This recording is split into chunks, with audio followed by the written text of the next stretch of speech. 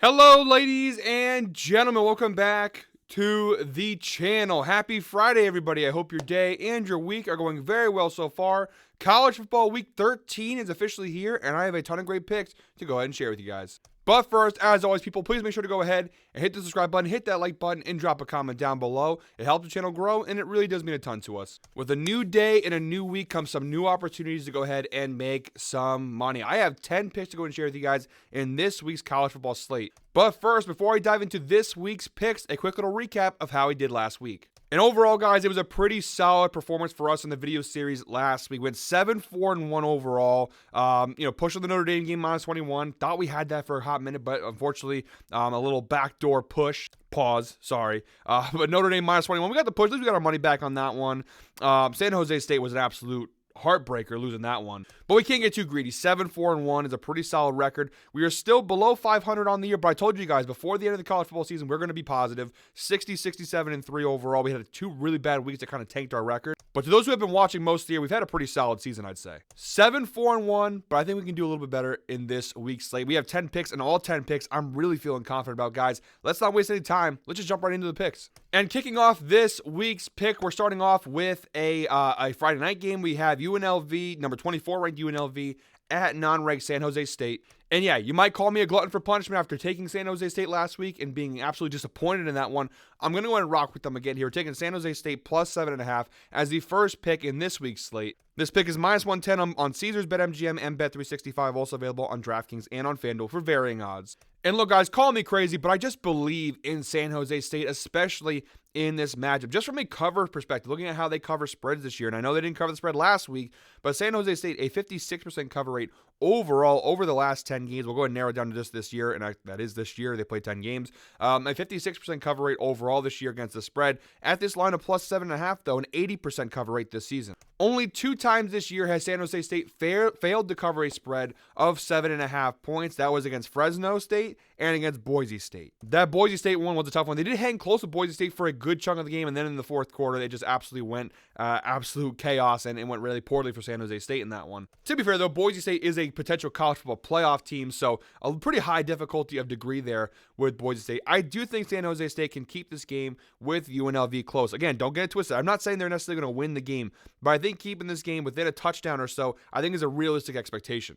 Looking at a matchup perspective between UNLV and San Jose State, UNLV offense actually pretty solid, tied for 6th in the nation, averaging just shy of 40 points per game this season. Really impressive. However, they're not a very good passing team. 109th in the nation in passing yards, just 186 passing yards per game. Not very good. Their strength has been their running game. They're the 6th best rushing offense in college football, averaging just shy of 250 rushing yards per game, which is pretty impressive. Now, San Jose State, not necessarily a good defensive team in any category. They're 77th in scoring, 98th against the pass. Not very good. However, their one strength, if you look at passing or rushing, they're top 80 in rushing yards, which again, not great. They give up 154 yards per game. But if you look at a quote unquote strength of the defense, they're definitely stronger as a run defense than they are a pass defense. And UNLV does not have the passing attack to take advantage of what is a porous San Jose State passing defense. San Jose State also kind of, tied for 10th in tackles for loss, which is pretty impressive. They're also tied for 4th in turnovers forced, so that's pretty impressive. But where I think San Jose State will keep this game close, we switch over to the offense-defense screen here for San Jose State, is that San Jose State has the 4th best passing offense in college football, averaging 343 passing yards per game, and UNLV tied for 120th, giving up 260.5 passing yards per game this year, one of the worst pass defenses in college football. That right there, that matchup there is why I think San Jose State will stay close in this one. It's the same reason I thought in the last week game. However, Boise State is just a better team overall than UNLV. I think San Jose State, with this passing attack, with this offense, they can keep this game close. Yes, San Jose State, their defense is not very good, and that's why I think UNLV ultimately will probably walk away with a win in this one. But I do think that San Jose State, their passing attack is good enough. It's one of the best in the nation, good enough to keep them within a touchdown in this game. UNLV, they are a top 25 ranked program, a pretty solid team, but I think San Jose State, with this aerial attack, can keep this game within the number. So I like San Jose State here, plus 7.5 for my first pick in this week's slate. All right, guys, our second pick in this week's slate, we have what is clearly the game of the week with massive college football playoff implications, massive Big Ten championship game implications. We have Ohio State hosting Indiana, 12 p.m. kickoff on Saturday. And the public seems to be loving Indiana in this spot.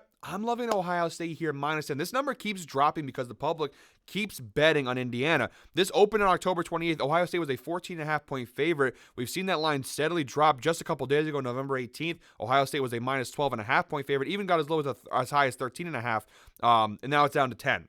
So it went from 14.5 to 10, -10. What that tells me is the public is loving Indiana, and for good reason. Indiana, they have had an incredible season. Curt Cignetti, he's turned the program around. Their cover rate, an 80% cover rate this year, 100% cover rate on this 10-point line. But as great of a story as Indiana has been, I do think this is where the story meets its kind of end. I mean, Indiana is still a really good team. Even if they lose this game, I don't think it takes away anything from what they've done this year. But I think Ohio State is clearly the better team, in my opinion. I think Indiana, I don't want to be one of those people that pile on a take, but I do agree with the take that their schedule hasn't been all that impressive. Not to say there aren't a couple of interesting wins or even some impressive wins, but like, what is their best win, right? Nebraska, they beat them 56-7, pretty impressive, but Nebraska hasn't been, I was really high on Nebraska early in the year. They've kind of fallen off a little bit for me. But like Washington, okay, Washington was a pretty impressive win. Michigan, okay, but like none of these teams are really, I don't know, they don't have a signature win really to me. Now you can say the same for Ohio State. You can say that Ohio State really hasn't played a tough schedule in their own right, which I can, mostly agree with you, but they have beat Iowa. They have beat Penn State. That Penn State win is the big one they have. And although they did lose to Oregon, Oregon's ranked number 1 in the country, and Ohio State lost that game by 1 point and had an opportunity to win. So yeah, Ohio State hasn't necessarily had the toughest schedule either, but their resume to me is just more impressive than Indiana's right now. And if you think I'm just pulling this take out of my ass, look at it right here. Strength of schedule, tie for 71st. Ohio State, again, not necessarily a world-beating schedule, but look at Indiana with 127th. Their strength of victory, 402. Look at the strength of victory rankings. Ohio State is 44th. Indiana's 87th. So Indiana, it's not just me pulling a take out of my ass. It's the truth. Indiana, as impressive as the season has been, they're undefeated and all that stuff. They haven't really had a tough schedule, and they haven't really beaten a ton of impressive teams. I don't think they have a ranked win. I don't know if any of the team, maybe Washington was ranked. I mean, none of these wins, I think, were ranked wins for them. So it's just hard for me. And then Ohio State, I just think they're more battle-tested. They're more experienced. As great as Indiana has been, they haven't beaten Ohio State since 1988, right? We're almost 40 years to the last time Indiana beat Ohio State. And you're at Ohio State, too. Just doesn't seem to me like a good spot. I think Indiana's a great story. I think they're going places. I think this is a good building season for the program. I think there's a bright future for Curt Cignetti at Indiana. But I do wonder if this is where the Cinderella story maybe comes to an end here. I like Ohio State -10. I think they win. I think this is kind of going to be a statement win. Obviously, whoever wins this game basically can get to the ticket to the Big Ten championship game. Obviously, for college football playoff implications, you do need that win. I think for Ohio State, having that Oregon loss on them, you lose this one, now you're a 2-loss team, and you're probably not playing for a Big Ten championship. I still think even with a loss here, they probably make the college football playoff, but it does make things a lot tougher. A win versus Indiana would be a huge resume builder for Ohio State, and overall, I just like the matchup for them. Indiana has not played a defense like Ohio State's this year. Ohio State tied for first, one of the arguably the best defense in college football, giving up just 10 points per game. And again, they played some tough teams, Oregon, Penn State, Iowa. I mean, they played some solid opponents. Top 10 against the pass, top 10 against the rush, first and first downs. I mean, the most efficient defense in the red zone. Whatever way you shake it, Ohio State's defense should be able to slow Indiana down. On the flip side, Ohio State, they have a pretty solid offense as well. Should be a really fun one. I'm looking forward to this matchup, guys, but I am going to go ahead and take the points with Ohio State here, -10 in this matchup. All right, guys, next up we got Ole Miss, Florida, 12 p.m. kickoff on Saturday. I actually have 2 picks coming from this Ole Miss, Florida game. My first pick here is Ole Miss -10 in this matchup here. Florida, give them all the credit. They had a horrible start to the year. They've definitely turned things around of late. Obviously, a really big win last weekend, hosting LSU. Really impressive win for the Gators. They've turned their season around and played the role of spoiler in a couple of these matchups. They've been pretty impressive this year. And even when they've lost games like the Tennessee game, even the Georgia game, I've been pretty impressed with how they've played. That being said, I think Ole Miss is the clear and undisputed favorite in this one. I think they're a really good chance to cover in this game. They covered the spread at a 70% hit rate this year overall, an 80% hit rate at this line of -10. They've won some big games. Obviously, their last time out, we saw them. They crushed Georgia 20-10 at home. A very impressive win and a season-saving win for Ole Miss. They then followed that Georgia win with a bye week, and now they get to go to Florida. And again, Florida coming off a big win, but it feels like a letdown spot for the Gators. I think that Florida win, don't get me wrong, I'm not trying to take it away from them, but I think a lot of that had to do with LSU's steady decline. Brian Kelly's the only reason that he's not going to fire him is because they owe him so much money. But Brian Kelly should be out in LSU with the season they're having. But they're in a looking at Ole Miss, they're on a really good run here. Following the LSU loss, they've now beaten Oklahoma, crushed Arkansas, and then steadily beat Georgia. So a really impressive 3-week one that saved their year. And now all of a sudden, Ole Miss comes into this matchup with a realistic shot to make the college football playoff and maybe even compete in an SEC championship, I mean, depending how the other teams finish out their season. But for Ole Miss, they just need to win out, and they got a really good shot to make it into the playoff. That Georgia win really helped their resume. And I think there's an extra motivation coming off the bye week as well, having an extra week of prep. Florida coming off of a really gauntlet of a schedule. They have now played Tennessee, Kentucky, Georgia, Texas, and LSU over their last 5 games. And then, it's pretty crazy. Just post-bye week. Let's just go post-bye week. The last 3 weeks after their bye. Georgia, Texas, LSU. Brutal schedule, brutal run for Florida, and they've held their own for the most part. The LSU win, very impressive. But you have an Ole Miss team that's well rested coming off the bye, going against a Florida team that's just gone through a gauntlet of a schedule over the last month or so. I just don't see this game going well for Florida. Ole Miss, 5th best scoring defense. Florida's offense tied for 64th. They're outside the top 50 in both passing and rushing. It's one of the best run defenses in college football. In Ole Miss. On the flip side, Ole Miss top 5 scoring offense. Florida overall tied for 80th in scoring defense. Outside the top 90 in both passing yards and rushing yards allowed. I think Ole Miss rolls. I think they crush Florida in this one. And just to show you guys how confident I am in this, my second pick coming from this game, I'm going with the Ole Miss team total over 32.5 points, which is for -130 on FanDuel, -150 on DraftKings. So far this year, 5 out of 10 games Ole Miss has cashed this over, averaging 40.7 points per game. Now, even when they missed, they've been pretty good. 27 versus South Carolina, 26 versus LSU, 26 versus Oklahoma, 28 versus Georgia. Again, some better teams in there as well as some solid defensive teams like Oklahoma, South Carolina, Georgia. Some tough defensive matchups there.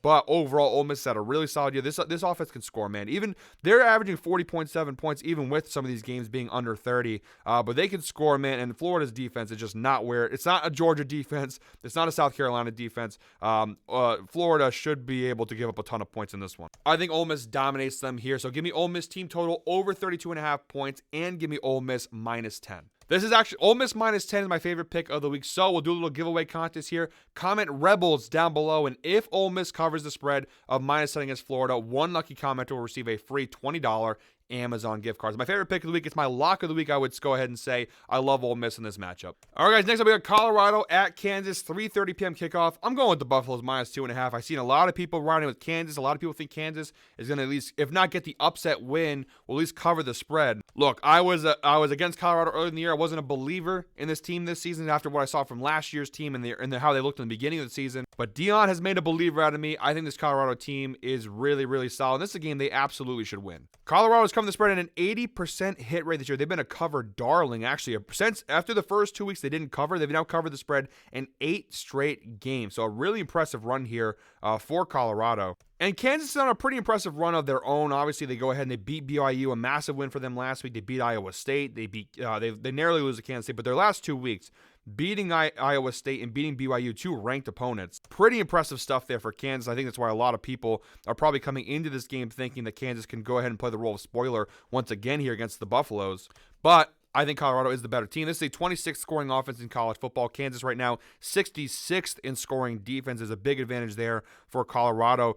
Kansas, 81st pass defense, giving up almost 230 passing yards per game on average. Colorado, the 7th best passing offense. And yeah, Colorado doesn't run the ball well, but they don't need to run the ball well. Their passing attack is one of the most lethal in college football. On the flip side, Kansas has a solid offense. I wouldn't say it's a great one. They're outside the top 75 in terms of passing yards. This is a top 25 rushing team, though, against a Colorado defense that's 56 in rushing yards allowed. Totally understand that side of it. But overall, I think Colorado defense, which is a top 50 scoring defense in the nation, is just good enough to at least keep Kansas close. I mean, like I said, the spread's only 2.5. I'm not looking for Colorado to blow them out. I just think that Shedeur Sanders and this Colorado passing offense is too much for Kansas to overcome. Kansas should be able to score some points in this one, but Colorado's defense is just good enough to get a couple of stops that they need to go ahead and win this game and cover the number. I'm not going against Colorado. I absolutely will not. Not with the way they've been playing really over the last 7 weeks or so. Give me the Buffaloes here, -2.5. Next up, guys, we got BYU at Arizona State, 3:30 p.m. kickoff on Saturday. And I'm sorry, guys, I'm all the way out on this BYU team. Give me the Arizona State Sun Devils, -3 in this matchup, which is for -110 on Caesars. Also available BetMGM, Bet365, and DraftKings for varying odds. I'm sorry, and I know BYU, no matter what, they've had an impressive year, but the last month or so, a couple of, the Oklahoma State game, the Utah game, and then now obviously last week losing to Kansas. I'm not sold on this BYU team anymore. It feels like they've started to play some really good teams, and I know they had like the SMU win early in the year and the Kansas State win early in the year, and some of those wins early on in the season definitely made us kind of believers at a BYU. But again, over the last month, not as good. They are just 1-2-1 against the spread in their last 4 games. Not all that impressive. They have covered the number of +3 in every game except for their last game against Kansas. But Arizona State is really good. Look at the insights provided by Outlier. The Sun Devils are 5-0 against the spread in their last 5 games at home. This is a team that plays very well when they're at home. It makes a ton of sense. The Arizona State Sun Devils are 5-0 at home overall. They're 5-0 against the spread and then 5-0 overall this season. Just like BYU, Arizona State also a really good cover team. 78% cover rate this year, a 70% cover rate at this line of -3. Look at some of the record of versus common opponents here. I mean, they've done the same thing. They beat Kansas State. They crushed Oklahoma State. Some of these games that were a little bit closer. They beat Utah. They beat Kansas. I mean, some of these games where BYU either, obviously they lost to Kansas, but the other games where they maybe struggled, like Oklahoma State, Utah, those games that were really close, they went ahead and beat them way more soundly than BYU did. This is going to be a really close one because look at how these teams match. They're fairly even. I'd say, Arizona State 44th in scoring offense, BYU 24th in scoring defense. Flip side, BYU tied for 38th in scoring offense, Arizona State tied 51st. So BYU does have a little bit of an advantage in a statistical category, but the key thing that I'm looking at here is on the Arizona State side of things. They have a top 30 rushing attack in the nation, averaging 190.5 rushing yards per game. BYU is 57th in rushing yards allowed, almost 140 yards per game. I'm expecting Arizona State to keep the ball on the ground, control time of possession, control the clock here, and that kind of be their path for victory here. Because on the flip side, I don't see where BYU has a massive advantage. They're 59th in passing yards, tied for 63rd in rushing yards. Look at Arizona State's defense. Yeah, they're 63rd in passing yards allowed, but again, BYU's passing offense is not all that impressive. And BYU, yeah, the running game's not great either, but Arizona State top 40 rushing defense. So I just don't see why BYU has a major advantage in this one.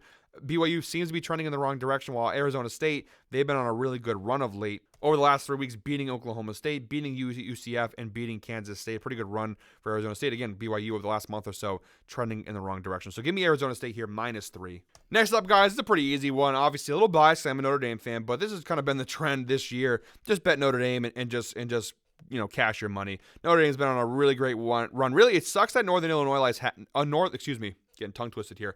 Northern Illinois loss happened because if it wasn't for that Northern Illinois loss, Notre Dame would be on they'd probably be top 5 ranked in the country. They're already pretty close. Yeah, they haven't had a tough schedule. I get all that, but they do have some impressive wins on their resume. And like I said, besides the Northern Illinois game, they've beaten their opponents pretty handedly. They've now covered the spread in 6 straight games, and 80% rate overall. The only 2 games they failed to cover the spread was versus Northern Illinois, obviously a loss, and then versus Miami, Ohio, where they just barely failed to cover the spread. They've been a cover darling all year long, and even at this line of -13.5, they've covered it at a 70% hit rate this season. So pretty impressive numbers there for Notre Dame. They beat the teams they're supposed to beat, minus Northern Illinois, but they've been pretty good. And I think Army here, you can make fun of Notre Dame all you want for their strength of schedule, but then you have to make fun of Army. And I know you don't really want to make fun of Army. You can't make fun of the military, but Army hasn't played anybody either. Look at strength of schedule, 129th for Army. Their strength of victory, 97. Notre Dame, 41st strength of victory. Strength of schedule tied for 95th. So Notre Dame, they have just more of an impressive resume. They've been on a really great run.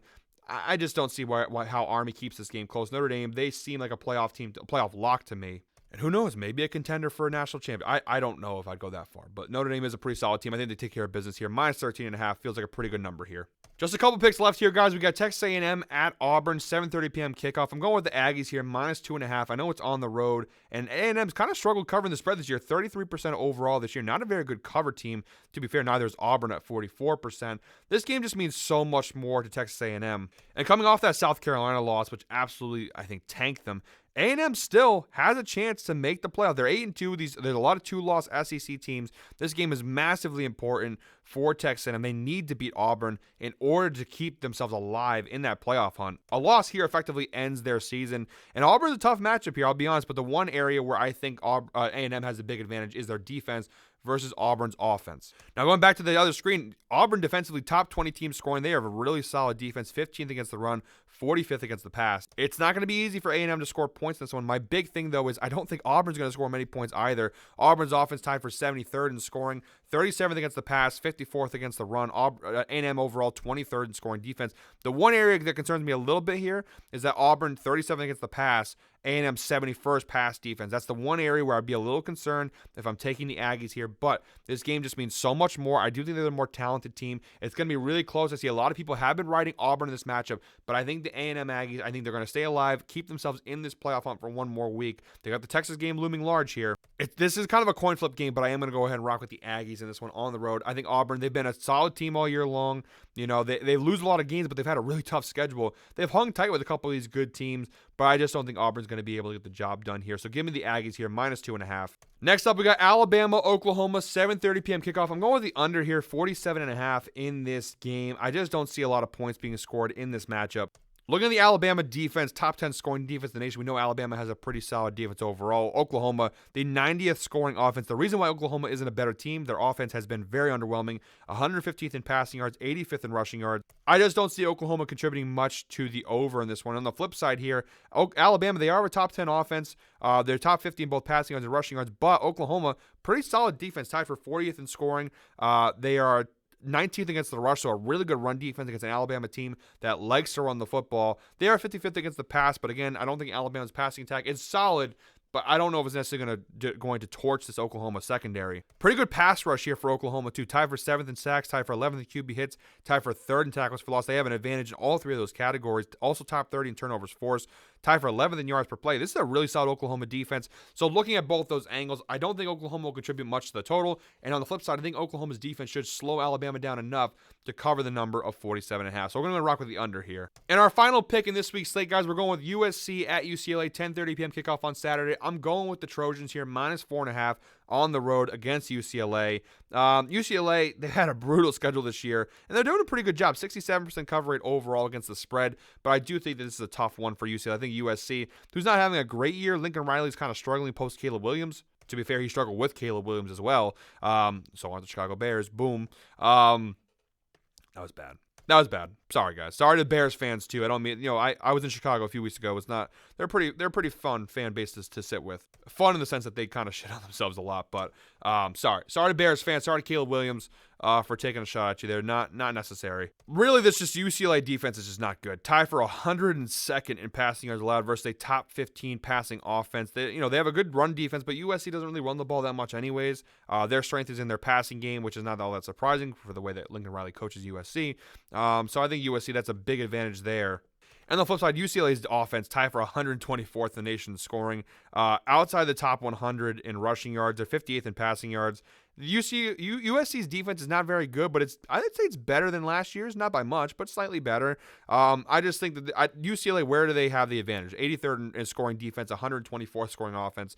I just don't see where UCLA keeps this game close. I think USC should be able to roll here. So give me the Trojans here, -4.5. So guys, those are all 10 picks in this week's college football slate. Thank you very much, as always, for watching. One more time, guys, please make sure to go ahead and hit the subscribe button, hit that like button, and drop a comment down below.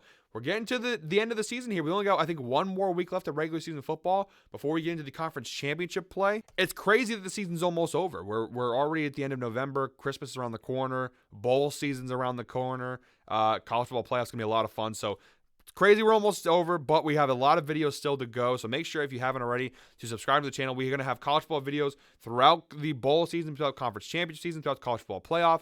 We'll have betting videos, probably more videos, more maybe individualized videos for games. The regular season may be ending, but the good stuff is just getting started for college football. So go ahead, make sure and subscribe to the channel. We're going to have a lot of great content coming out for all of that. Guys, until next week, I hope you're all winners. Enjoy week 13 of college football.